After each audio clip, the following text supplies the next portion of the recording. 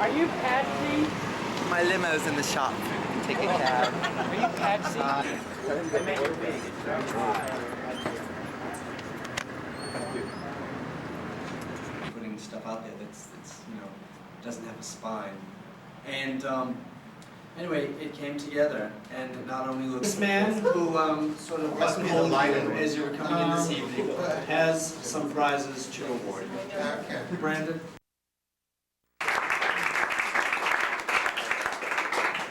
And Brandon Judell is one of the confirmed finalists for the Nobel Peace Prize. Literature, dear, literature. Now, we move on to a man named Michael Lascelles. Michael. We call him Michael Lascelles.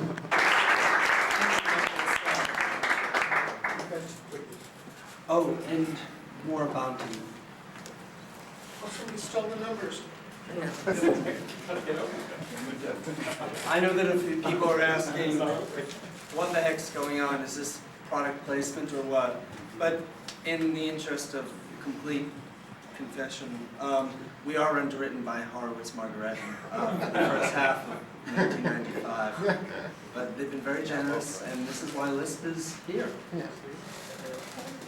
We have, as the finale to our evening, a great gal who pushes buttons wherever she goes. You may know her as Glennda Orgasm. And Glennda Orgasm, her alter ego, is Glenn Belverio. They both are producer and host of Manhattan Cable's Glennda and Friends, a fashion model and an quiet, modest drag queen terrorist. Glenda's currently working on her second collaboration with Camille Paglia, everybody's favorite postmodern poster gal. It is entitled Glennda and Camille Do Fashion Avenue. This promises to be a brilliant sequel to the long maligned and highly transcendent Glennda and Camille Do Downtown. Has anyone seen that? Woo! God bless you. Tell all the others, they need a clue. It's wonderful. Now, reading a piece that can best be described as collaborative, we have Glennda Orgasm.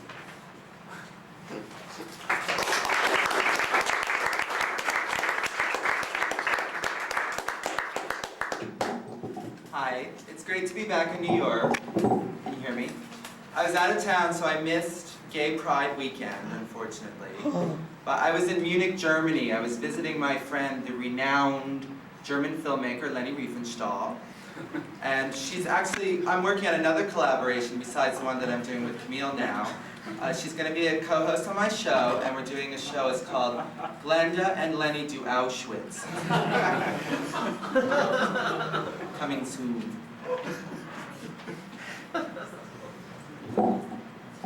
I really support the closet these days. So much, in fact, that I've decided to go back in. To commemorate this event, I've co-founded a movement with my illustrious partner in crime, filmmaker Bruce LaBruce, and sent out press releases to announce our renouncement of the gay lifestyle. A brief history. First, we started out just plain old gay, thanks to our overprotective smothering of others. Then in the 80s, we became punks, because we were attracted to the style and the music of the hardcore scene. Our sexuality was no longer an issue. Maybe we groped a cute Nazi skinhead in the mosh pit, but that's as far as it went. We were ex-gays. Then when punk hit the runways of Paris, it was time to abandon ship. This carefully orchestrated maneuver did not go unnoticed.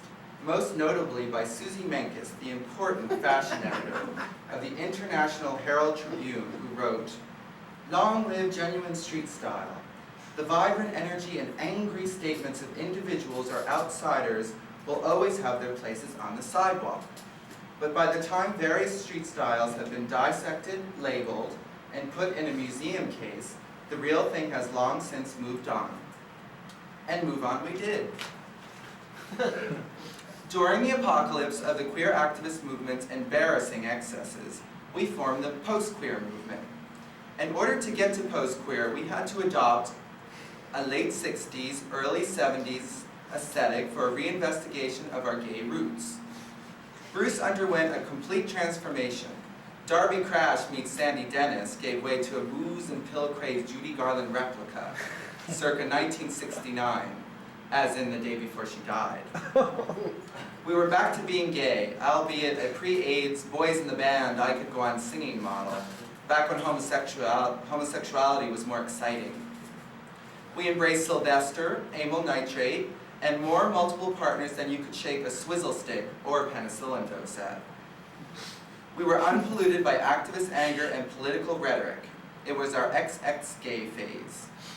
However, all those endless nights of live poppers and dead champagne, piano bar marathons and Barbara records playing endlessly on the turntable were beginning to wreak havoc on our mental and physical well-being.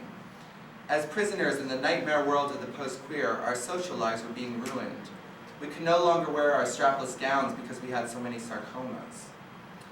Shamed by our Dionysian exploits, we hightailed it back to the closet and plotted our next Phoenix from the Ashes publicity stunt. Phase 3, the XXX gay movement. In the spirit of super postmodernism, which calls for a new movement to be formed every 5 minutes, we donned our wigs and XXX gay t-shirts by fashion designer Kitty Boots. Running as fast as one could in pumps in the rain, we hailed a cab and jumped in, fur and sequins flying in our wake. The Aesthetic Realism Foundation, Judy LaBruce barked at the startled cabbie, and step on it. As we sped towards Soho, the words of my Italian godmother, Camille Paglia, resounded through our bewigged, lipsticked, and powdered heads. Homosexuality is not normal. If counseling can allow a gay man to respond sexually to women, it should be encouraged and applauded, not strafed by gay artillery fire of reverse moralism. Penis fits vagina. No fancy linguistic game playing can change that biologic fact. The aesthetic realists are an art cult that have been around since the 70s. Their philosophy, all beauty is the making one of opposites, held the promise we so desperately sought, a cure for our homosexuality. The aesthetic realist celebrated process is based on the belief that, quote, homosexuality arises from contempt of the world. This changes into contempt for women. Well, I wouldn't exactly characterize our past attitudes towards Judy and Liza's contempt, but I knew we were on the right track. When we arrived at our destination, we walked in during the middle of an important art criticism lecture entitled Chardin's Soap Bubbles and How the World Has Meaning. We tiptoed in and whispered, "We're here for the cure," to a man who looked like he might be helpful.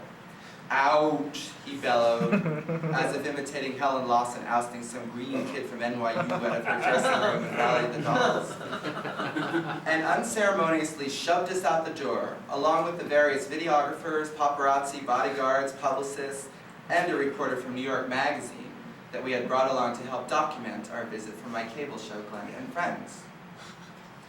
Feeling a bit daunted by the quasi-melee, we retreated to a nearby espresso bar to lick our wounds and doctor our hair and makeup. After a few double cappuccinos and a pep talk from our bodyguard, we decided to give it another whirl. When we returned to the foundation's entrance, we were halted by a locked door. We pressed the door buzzer incessantly, like two Holly-Go-Lightlies who had lost their keys, but to no avail.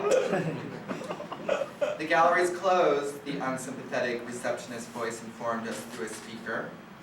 Before long, we were approached by a couple who identified themselves as aesthetic realists.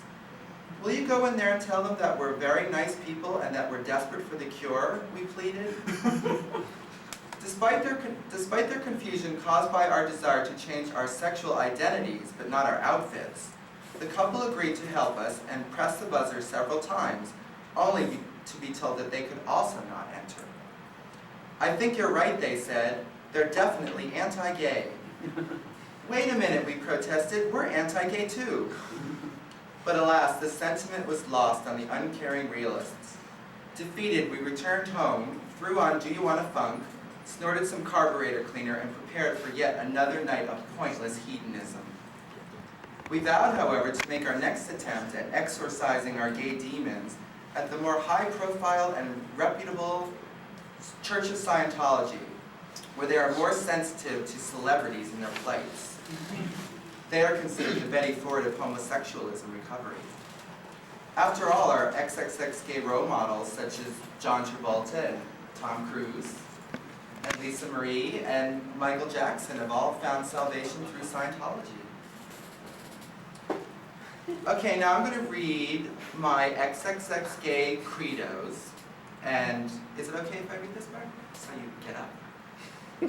Just out of excitement.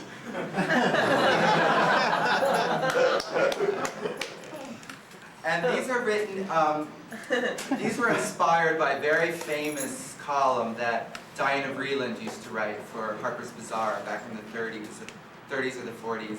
It was called Why Don't You? And this is inspired by that. Why isn't homosexuality an invisible and pervasive influence on fashion, music, style, literature, and the media? Destroy all gay ghettos, the ghettos of identity, ideology, and geography. Why doesn't Amanda Burst go back in the closet? Ever since Fox became lesbian pussy-whipped and allowed her to direct episodes of Married with Children, a creeping feminist sensibility has surfaced. Give us back the irony of in-your-face sexism. Why don't they merge the gay games with the Special Olympics?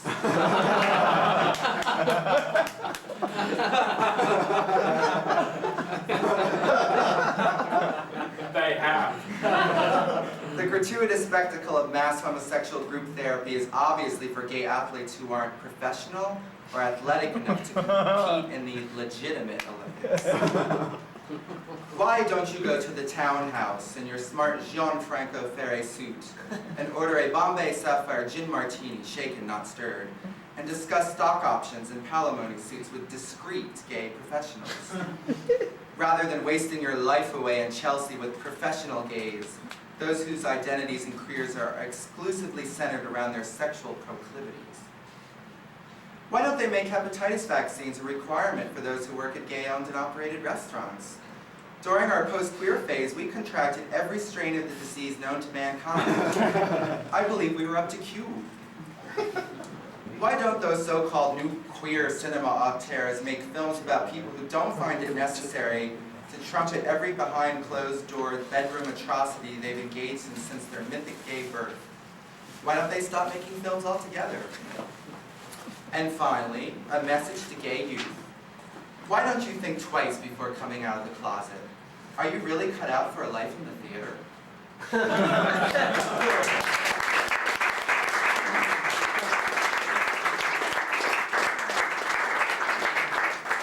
Thank you, Glennda Orgasm. And for those of you who cannot get enough of Glennda, Glennda will be performing with Jackie Offey at Lollapalooza on Saturday, July 29th. This is legit. This is on Randall Island.